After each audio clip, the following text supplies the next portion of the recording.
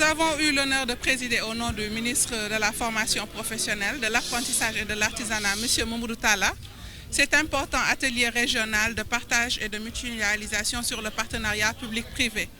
Et surtout au niveau sous-régional, notamment le partenariat Sud-Sud.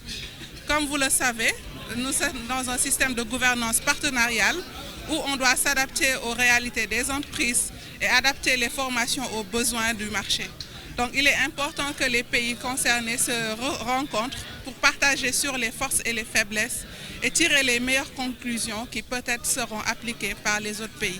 Nous sommes dans ce nouveau paradigme, par exemple au Sénégal, depuis la loi de 2015, sur la loi de la formation professionnelle, qui jette les bases d'un partenariat public-privé et aussi de l'autonomie de nos centres.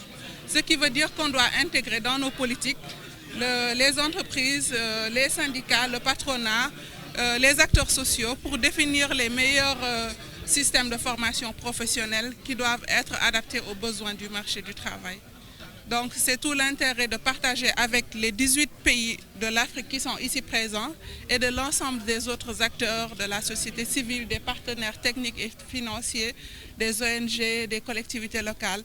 Donc tous ces acteurs sont ici représentés pour une durée de 3 jours pour réfléchir sur ce thème important et pour lequel nous attendons fortement les conclusions. Alors les grands axes de cette rencontre, c'est de renforcer justement les partenariats publics-privés en Afrique pour que la formation professionnelle réponde réellement aux besoins du marché du travail.